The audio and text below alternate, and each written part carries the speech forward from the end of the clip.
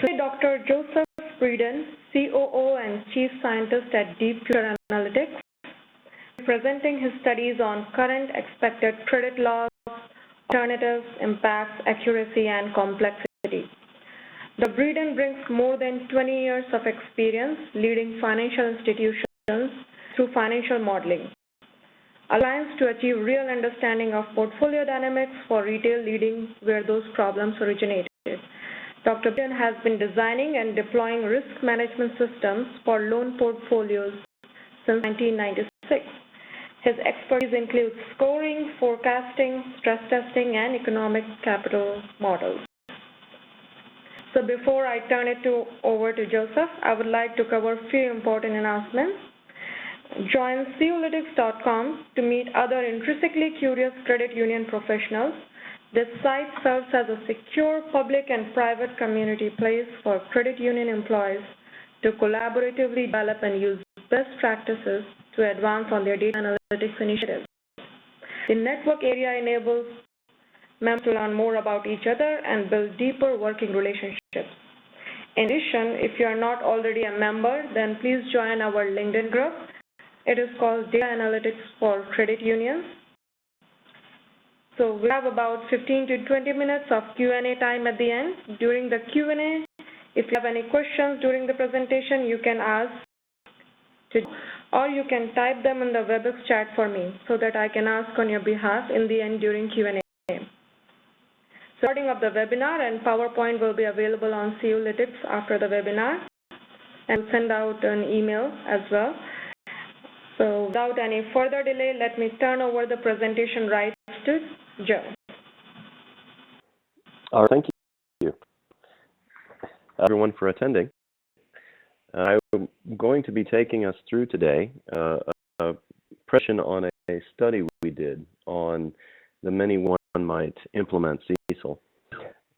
So let me share my presentation.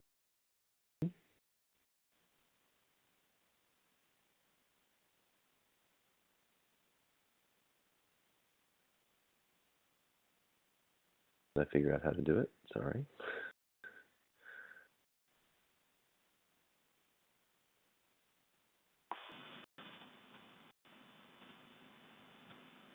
So we'll have a share button on the top next to File and Edit, and you can share either one of the applications or your screen. Yes. Okay, good. And let me just test. Everyone see slide 2? Okay, great. So the study today we'll be presenting was funded by NAFCU, OnApproach, and AlliedSolutions. In particular, NAFCU has been very active in working with regulators and accountants on how CECL should be implemented. The concern, justifiably, is that with credit unions, you have many different size of institutions, different amounts of data available, different in-house expertise, and concern about a requirement of one size fits all, whether one model could really be applied to all portfolios, all institutions. So what we undertook was to test the range of possibilities. So look at the many different alternatives that one could use for estimating CECL, to compare these approaches across a range of criteria. It's as simple as asking which one's most accurate. There are a number of things we can look at, and you'll see what those are coming up. And in doing this study, I wanted to pick a data set that was publicly available so that anyone can re-examine what we've done here. In fact, in the full report we have, we hope to provide enough detail there that you can read that over and implement for yourself to test the exact results. Available data is quite large. What's made available by Fannie Mae and Freddie Mac, in total, it's about $2 trillion worth of assets in the most recent time period. Historically, at things like the default rate, Clearly, you can see the 2009 recession delayed a little bit for its impacts on consumer default. You can also see a spike back in 2006. That's the bankruptcy law change. And you can see the previous recession, the dot-com bubble, its prolonged after effects. This gives us a pretty good data set to model against, arguably one of the best that we know of. So we're taking a best case example when it comes to the data to be used. The amount of information here, we have loan level information. From an origination perspective, we know core, LTV, debt to income, number of things, property type and state, and so forth. So the item information. Again, the user performance data, unpaid balance, delinquency, and a number of other things here. So in this, we considered a range of modeling approaches, and as far as the features of CECL that we need to consider, a lot of discussion about CECL. So at this point, I think most folks are probably aware, but the big difference with CECL is going to a full lifetime forecast for losses rather than just a loss emergence period that might typically be 12 months or maybe 24 months for mortgage. Instead of just a 24-month window mortgage, we're going to be analyzing 30-year fixed-rate mortgages, and so the 30-year term that we need to estimate and compare to what we would have done otherwise. In addition to that, we're supposed to look at credit risk attributes and proper presentation. Explicit economic sensitivities are required because we need to consider the current economic environment and the long-run environment. And as we said, no specific approach is mandated.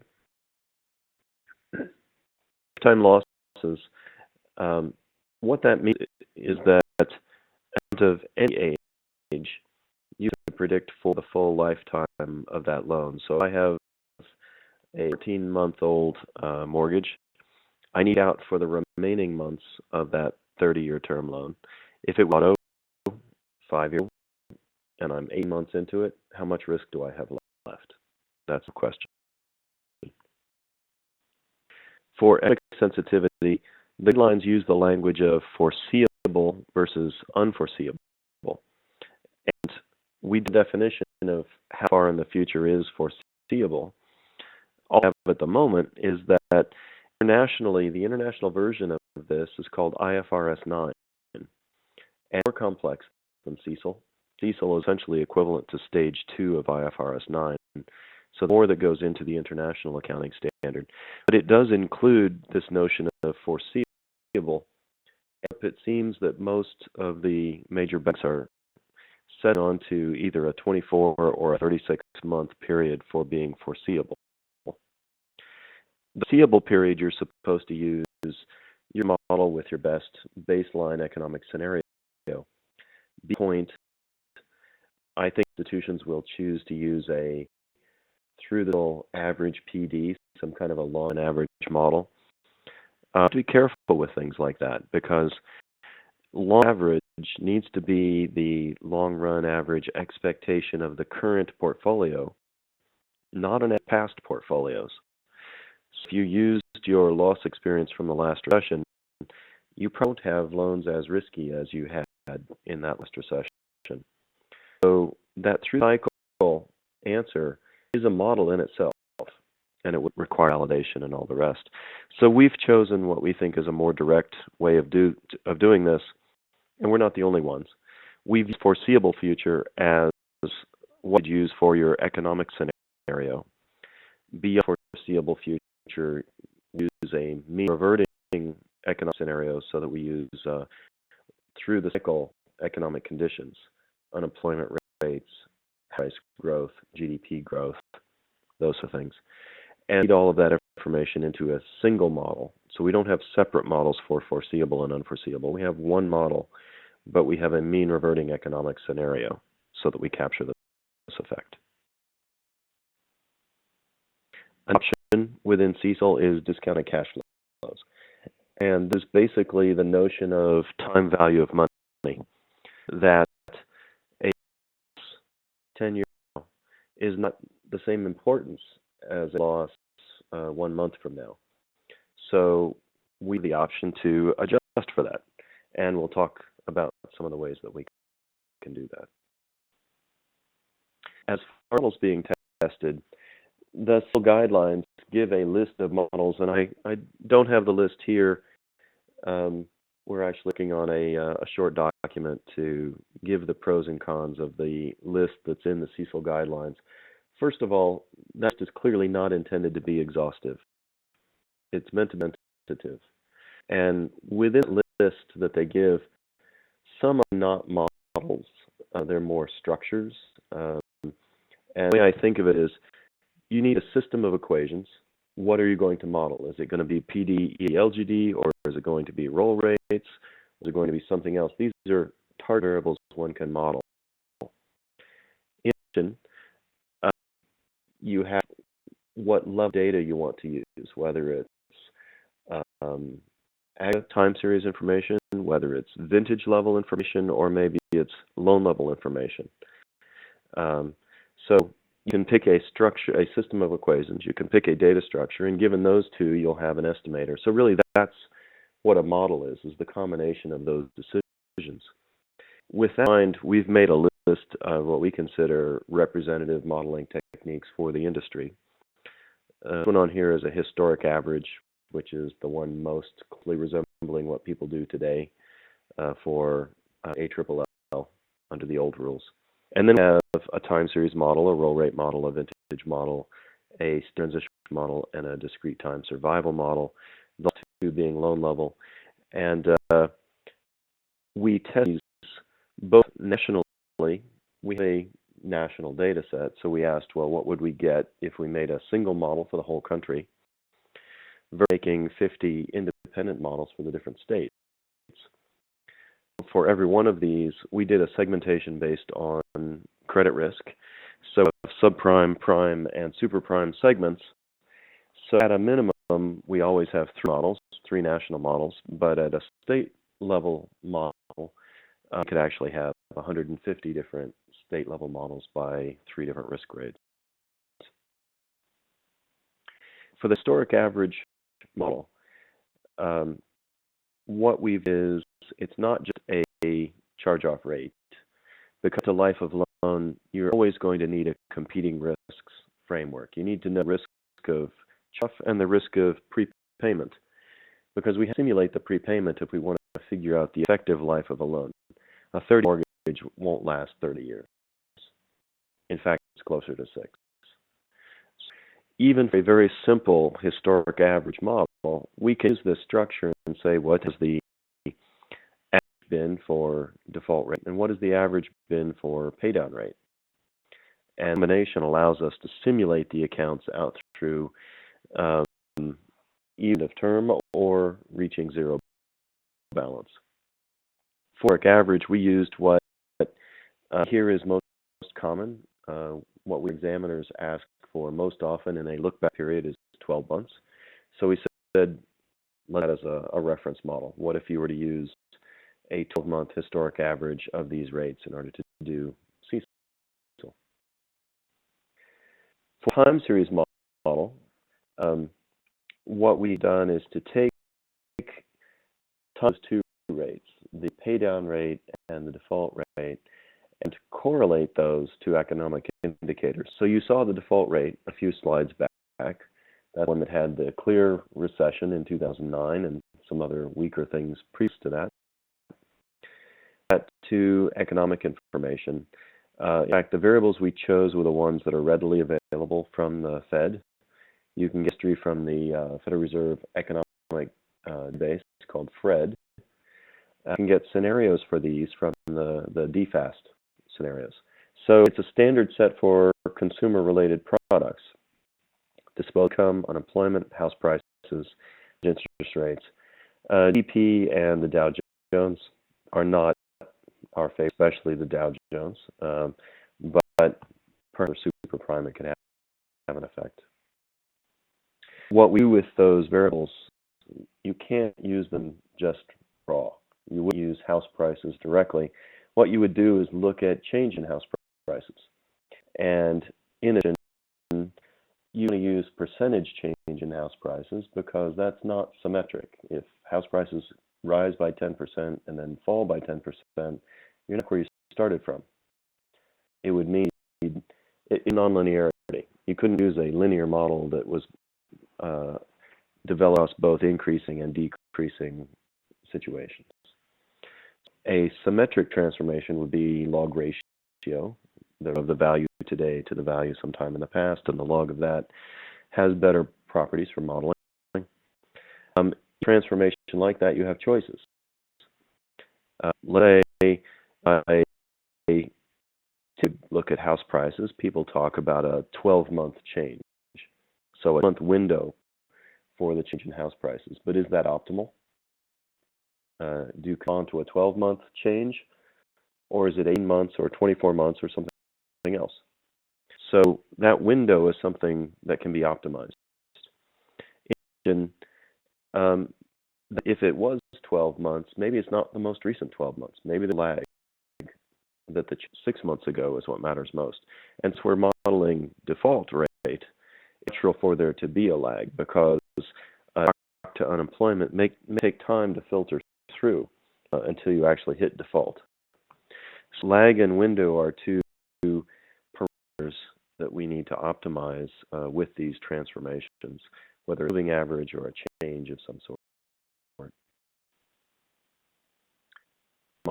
Model is actually also looking at time series, but it's a different structure for the time series. Here, the time series we care about are the ratio of accounts this month in bucket 1 to accounts current 1 month ago. That would be the roll to bucket 1.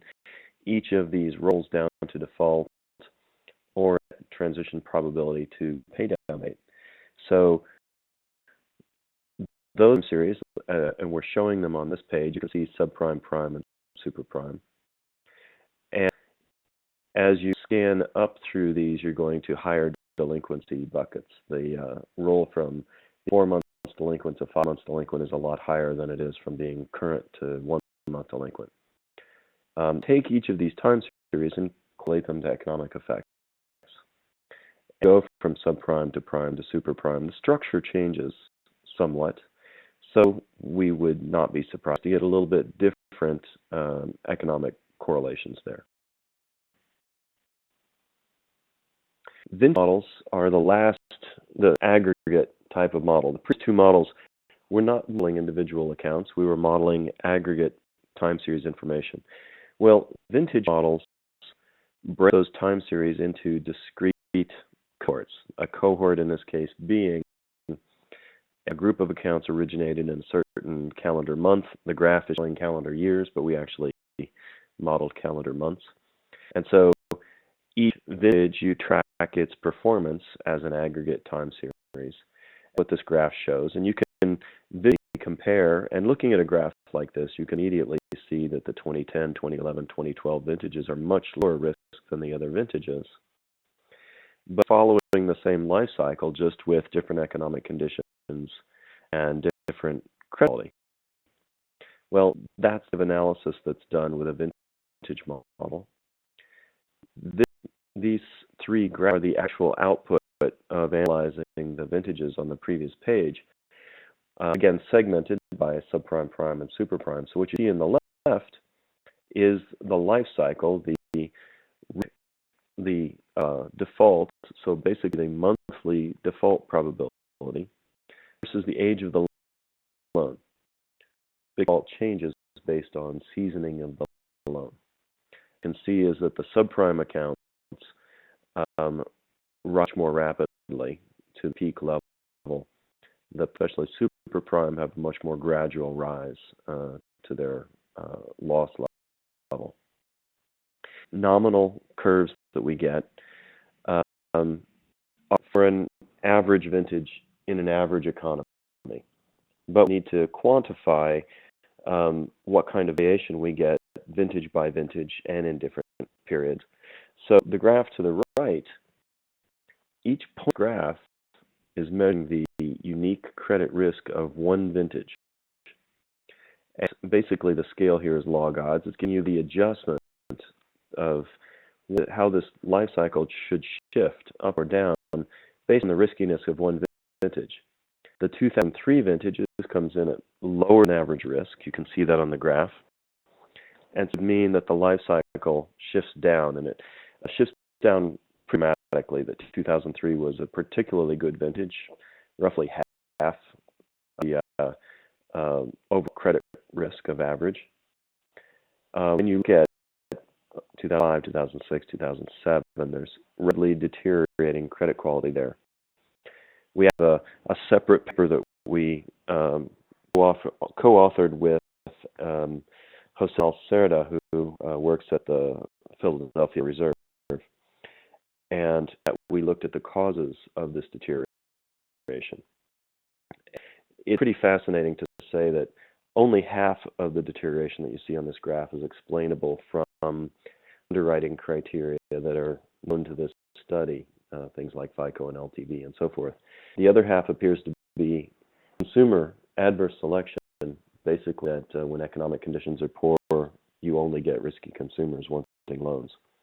But that's that this is really the credit cycle, very dynamic. In fact, the scale here in terms of log odds is even greater than the scale for the economy. The lower graph is an index measuring impacts from the economy, and you can see the best part of the last expansion was in 2007. Even if loans were being booked right then, unemployment and house prices were all good. 2010 were not good here, and then you get the steady improvement thereafter. So we take this environment function and correlate it to economic indicators. So basically what we have here is the graph left is the life cycle, the graph on the right is the credit cycle, and the graph at the bottom is the economic cycle. There's still time models, but they capture all three of these cycles, whereas the previous models we looked at were only capturing the economic cycle. We weren't looking at the credit cycle or life cycle effects. Transition models are probably the most common approach used in mortgage. What happens there is at the account level, we have every possible transition. So if you're 2 months delinquent, don't pay, you'll go to 3 months delinquent. Your check last month bounced, so in fact you go from 2 to 4 months delinquent. Or a single payment and stay 2 months, a payment and go back to 1 month, or a complete payment and go back to current. All these things are possible. In the data we have, this is the actual density of these transitions. And you can see some interesting ones that are rare but not zero. But for the most part, what we did was to take the dominant positions here and model them at the loan level with economic and credit behavior factors in order to make the best prediction that we could. The last model we tested, I should say the previous one, the state transition model, is really a loan level version of a roll rate model. So parallel, loan level version of a vintage model would be a discrete time survival model. We also call age period cohort scoring. The vintage modeling technique we used is called age period cohort models. So it's a combination of vintage effects, life cycle and economic environment, with credit scoring effects and adverse selection. So this flow is showing life cycle, environment, scoring factors, and vintage level adverse selection. So we built all those models and took them through a series of tests on this data. So then we looked at, with accuracy, of course, we considered 3-year periods. See the test periods here. And picked them according to the economic cycle, really stress the models. So the period was starting in January 2007, a 3-year period ending in December 2009. And shown here is the cumulative accuracy of the models given real economic conditions. So the in-sample tests, actual economic conditions, this is as good as the model's ever going to be. Tests in 2010 and 2012, both of these were designed to pick different points in the economic cycle. Looking, thing you'll notice is that the historic average, first of all, it doesn't include any economic data, so it can't benefit from that. It's always going to be out of phase with the economic cycle, so the performance here is not good.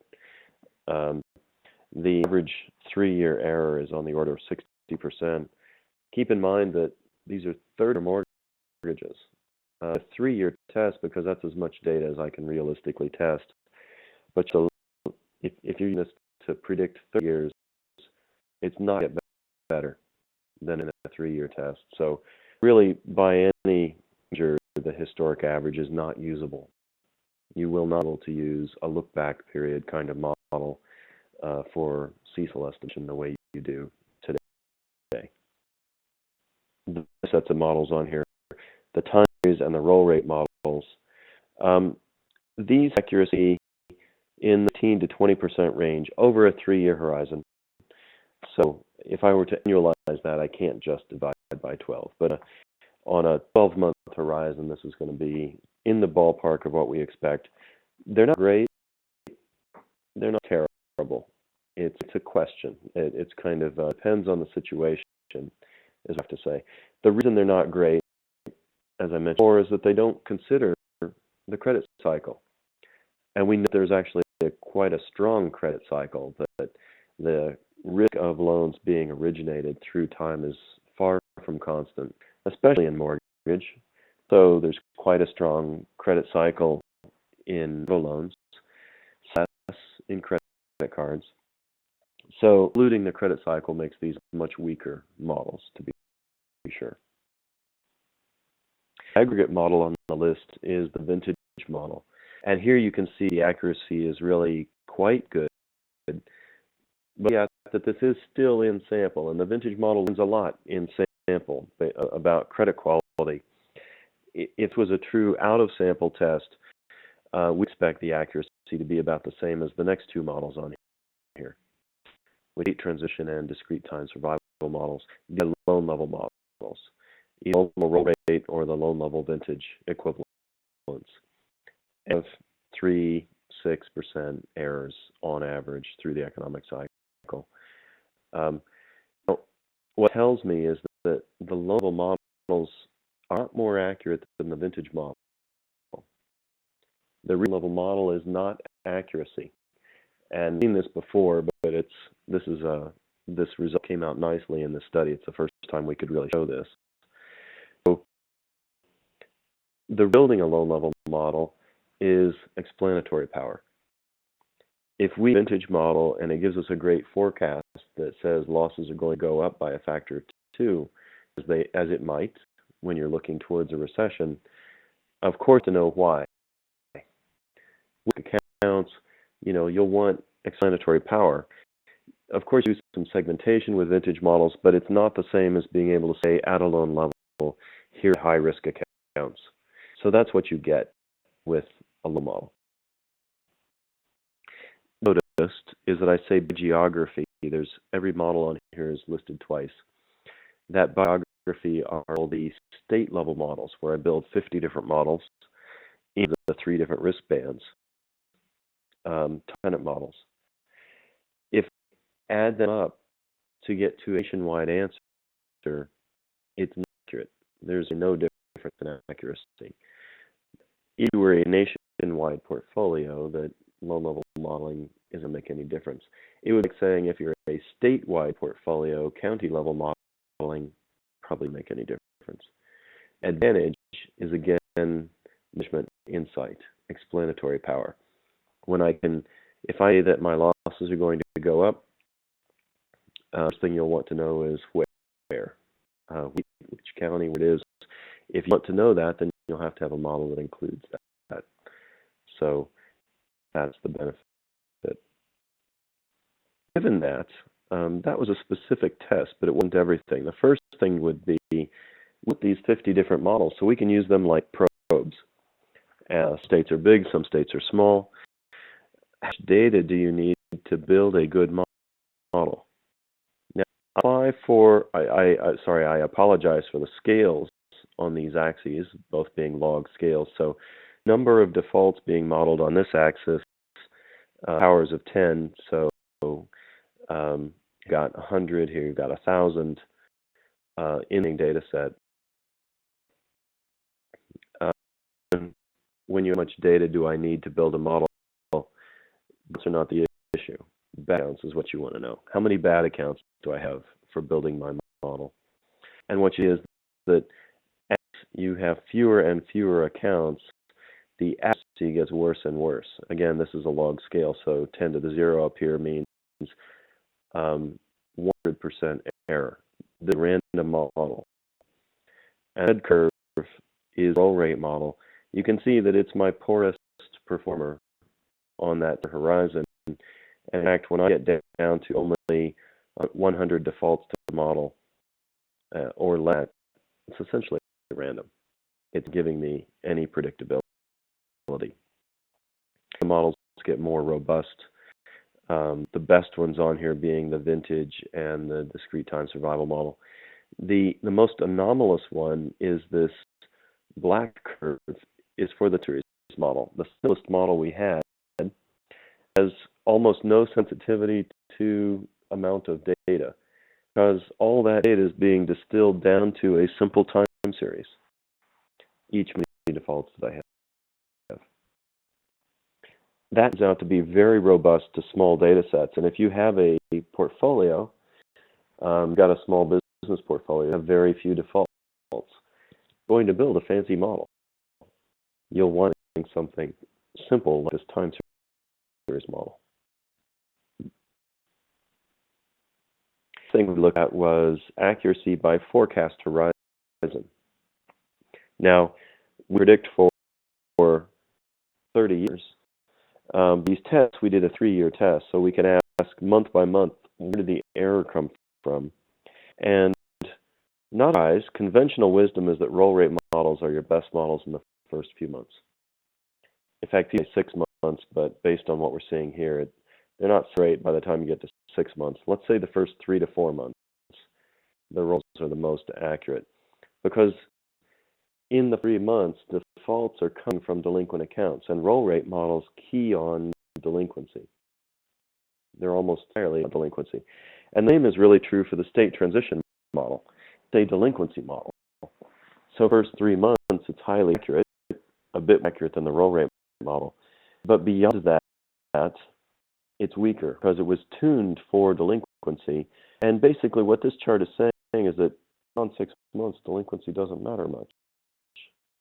Because months, the account has either defaulted or cured. It's not going to stay delinquent far into the future. That's why those delinquency-based accounts are great in the beginning, but really not very good and deteriorating strongly over time thereafter. Two that have the most robust long-term behavior are the vintage model and the survival model. And your accuracy is relatively flat looking out over that 3-year period. They're not good in the beginning. They can have discontinuity in the first month or two because they're not paying close attention to delinquency, not like other models are. So they're weaker at the start, but then catch up and exceed thereafter. And in CECL, since this is a lifetime loss calculation, the first are not the big issue for a 30-year mortgage. The shorter the term of the loan, the more those first few months matter. If I had a 1-year loan, then getting the first 3 months right is going to matter. If I have a short-term loan like a tax refund loan, that's all that matters. So keep in mind accuracy versus forecast horizon and how that relates to the life of the product. Everything we talked about was accuracy, but accuracy is not everything. What we should do is say, well, what are the CECL loss estimates for these different models, and what estimates would I get for different time periods? I'm still using real economic conditions here, but you can see the different estimates that come in. I'll point out right now the historic average model. January 2007, incredibly high number in July 2010, kind of a number again in January 2012, although higher than any of the other models. The volatility is very high. The average is high. Again, it's unstable. It's not something you can use. But the other, let's visualize. This graph simply graphing all the other model estimates. And you'll note the top curve here, the state transition model, had the highest estimates under CECL. Now, its accuracy on a fair test was the same advantage as the APC score model, the discrete time survival model. On a 3, they're all the same. But on a time horizon, that state transition model really steps up to a much higher level. Now, we don't know what the real answer is for lifetime loss forecast. We don't have 30 years of data. So run these and see how they compare. And so it's interesting. State transition model is always giving the highest answer. And the other extreme, that the time series model is always giving the lowest answer. The range is a factor of 2. Which model type you choose, you change your CECL loss reserve by a factor of 2. I consider as volatility through the cycle. Now, I mentioned that the historic average is very volatile. We'll ignore that one for the moment, but look at the others. In general, the more accurate the model, the more volatile the answer, which makes sense. If I model accurately the economic cycle and the credit cycle, well, then that is going to change through the economic cycle and the credit cycle. So it equates to volatility. The accurate models are less volatile. So the validator might like accuracy, but your CFO might like stability. They're different goals. See, roughly speaking, I would say statistical complexity goes up as you go down the list. The state transition and discrete time survival models are pretty similar from a complexity perspective. Certainly the time series model is the simplest. The tables shown here are measuring number of coefficients to give you an idea of that complexity. And computation time matters. Time models and roll rate models are almost instantaneous, and in fact, they're both easy enough to implement in a spreadsheet. They're still fast. Survival models are okay in terms of speed. State transition models, this is the fully optimized matrix multiply version of a state transition model, and it's slow. If you use the Monte Carlo approach, which is very common for state transition, and there's why you have to use that in some cases, those are incredibly slow. If I had the Monte Carlo state transition model on mortgage portfolio, it is days to get it fast on the big computational server we could find at Amazon. So it matters. We looked at was discounted cash flows. In the science, they list these as a model. They're not just very simply. The option to use discounted cash flows can be added to any of the models I just did, because this can mean two things. If you're talking about discounting the theory, I could just take my monthly loss estimates, discount according to the effective interest rate, and add them up. This table, that's what we call discounted losses. Or discounted cash flow terminology in the mortgage industry usually refers to specifically estimating what are your expected principal and interest payments over time, and expected that you're adjusting for the probability that they may charge off early and they may pay off early. In each, you don't get back your money. So these models that predicts these of pay down and charge off used to make expectation values of principal interest payments, and feed into a discounted cash flow calculation. So really, discounted cash flows are an aggregation algorithm. They're not a forecasting model. So these things, simple cumulative loss is where I just add up those monthly loss estimates. And vintage model, we did this for every model type, but just as a point of reference, the model is nice and accurate, so here are those estimates for it. Discounted losses are what we get after doing the time value of money discounting on the losses, and you'll see the reduction is 20 to 30% approximately. Your CECL reserves would go down. If I estimate the cash flows and sum up the discounted cash flows using the effective interest rate, I get a 10% reduction. So comparable, but basically 20 to 30%, 20%, not an option. If you do your work to do the discounting, then you will, on a mortgage portfolio, you're guaranteed to get something like a 20% reduction in loss reserves. So the choice, do you want your loss reserves to be 20% lower? It's up to you. The thing we did here was to compare CECL FAS 5 and do it at different estimation points. So again, those different forecasts that we ran, this table shows the row between CECL estimate. The top part is no discounting, the bottom is with discounting. So without discounting, if I compare the CECL estimate to a 24-month loss emergence period under the old rules, the green box in the corner over here is the average through the cycle, and it's about 80 to 400% increase through the cycle.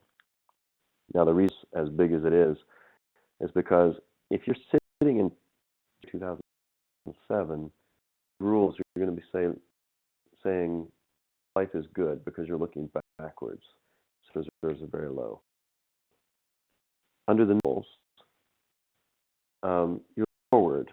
The economists are saying things aren't so great, and you're going to use lifetime estimate and mean reversion and all that stuff. It's actually 10 times increase in loss reserves. That's your worst case. This case is roughly now, or recently, because the economy has been improving. So under the old rules, you're always pessimistic. The new rules, you're looking forward, and you're probably a little bit optimistic. And especially once you add the 20% reduction of discounting, that cut about equal. If we were to make the transition from old rules to new rules today, it's even money. But had to do with it during a recession, it would be a lot worse. So if I'm looking forward from now, adopt this in 2 to 3 years, something on that time frame. If we some of the economic indicators today, consumer loan demand, the yield curve, we're starting to hit some choppy water. Those indicators, unless something changes, could suggest that there will be a recession in the next 2 years. So there's a chance that 2000 estimate is going to look like the transition time than what we're seeing right now. That I think we should be prepared for a significant discontinuity when the rules go into force. And that's one of the reasons why we need to do parallel running. IFRS 9 internationally, all the banks are trying to do at least a 1-year parallel run of the old rules and the new rules so that the CFO can see what the discontinuity is and prepare for it. And I would say we definitely need that here. So conclusions are that it's not one model is going to be best for everything. Depending on the term of the loan, some models are better short-term versus long-term. How much data you have, time series is robust, but the vintage and the discrete time survival were most accurate. Computation, these really matter. and looking at the estimates and the volatility of the estimates. So this last table is kind of a pros and cons chart to help bring those points home, but you decide what works best for you. So that is a good point for me to stop and take questions.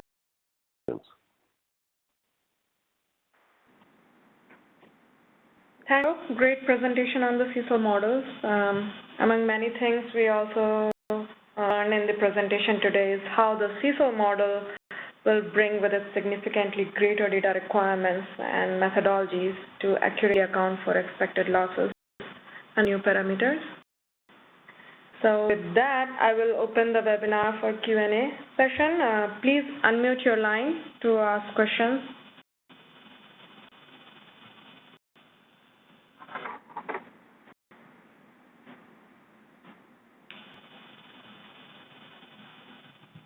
So if anyone is speaking, you might be on mute.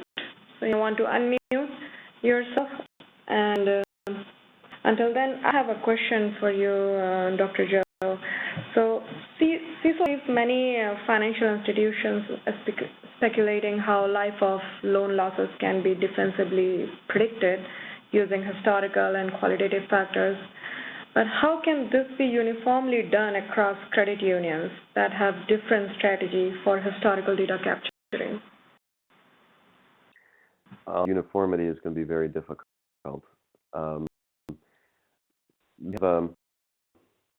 I've adopted the phrase recently, the curse of flexibility. The draft versions of the CECL guidelines basically made it sound like you're going to use a vintage model.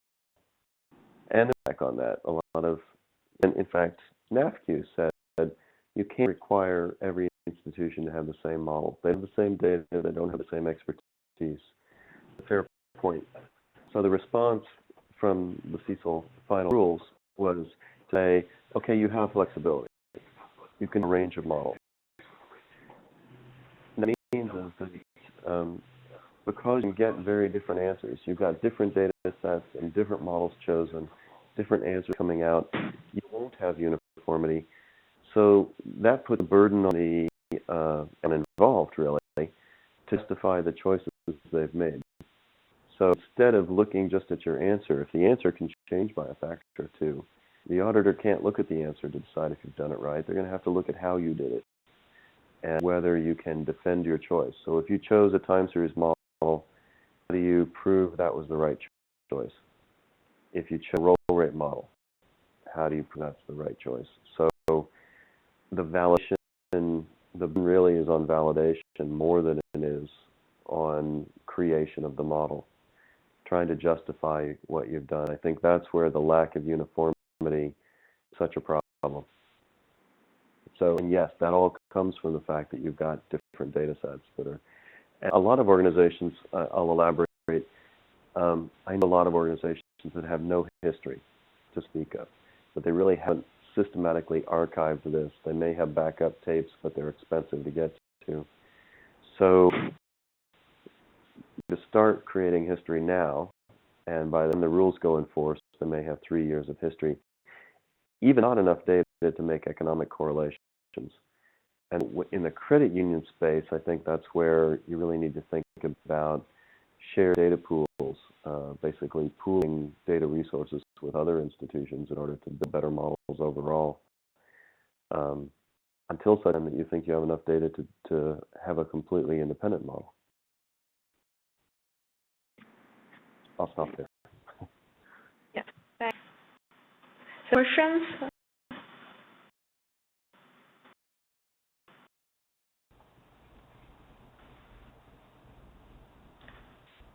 Yeah. Well, somebody asked, maybe I can ask another one. So the study you have shared is based on mortgage data. So what other product types do you expect to see an increase in costs besides mortgage? You know, the back envelope calculation is really quite accurate here. If you know the effective life of, or the average life of a loan, compare that to the period of your current loss reserves, that tells the multiplier that you're going to get. So in this case, the average life of loan for mortgages here is about 6 years. and compare that to a 24-month loss emergence period, as we did, I'm going to get out a factor of 3. If a typical auto loan portfolio, the average life of loan might be 2.5 years, probably currently using a 12-month loss emergence period. That means you're going to have an increase of 2.5 times. If I'm looking at line of credit products, this is where the rules get interesting because they say that you don't have to consider future purchases. So I currently have an outstanding balance on the credit card. If I know what their typical paydown rate is, the extreme version of reading these rules is that I don't consider future purchases. All payments are applied to the current balance. And for transactors, that means they pay off in a month. And for revolvers, they may pay off over the, using MinPay, over the amortized balance period. But that still comes out to be pretty short term. A lot of these credit card portfolios may wind up with an effective life of 3 or 4 months. Whereas in old rules, you were probably doing a 12-month loss reserve. So suddenly, credit card loss reserves drop dramatically. And a lot of credit products might also. So that means term loans get more expensive in terms of loss reserves, and lines of credit get a lot cheaper.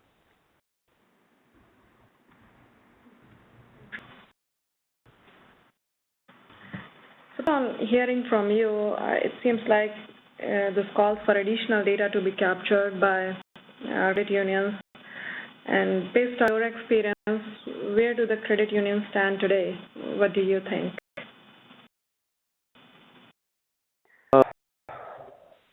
All over the map is the cute, honest answer. Unions with long histories. I talk to folks who say, when I ask how much data they have, they say they have 10 years. And I'm shocked and impressed. That's a good data set. I would say industry average would be to have 2 or 3 years. Maybe most credit unions are a little short on that. So industry might be the entire banking industry, but I'm just now starting to collect the data, or they have a year of ready access to data. It's because the systems didn't archive this for them. And if you're doing 12-month look period, then you only need 12 months of history. There's a lot of work to do that.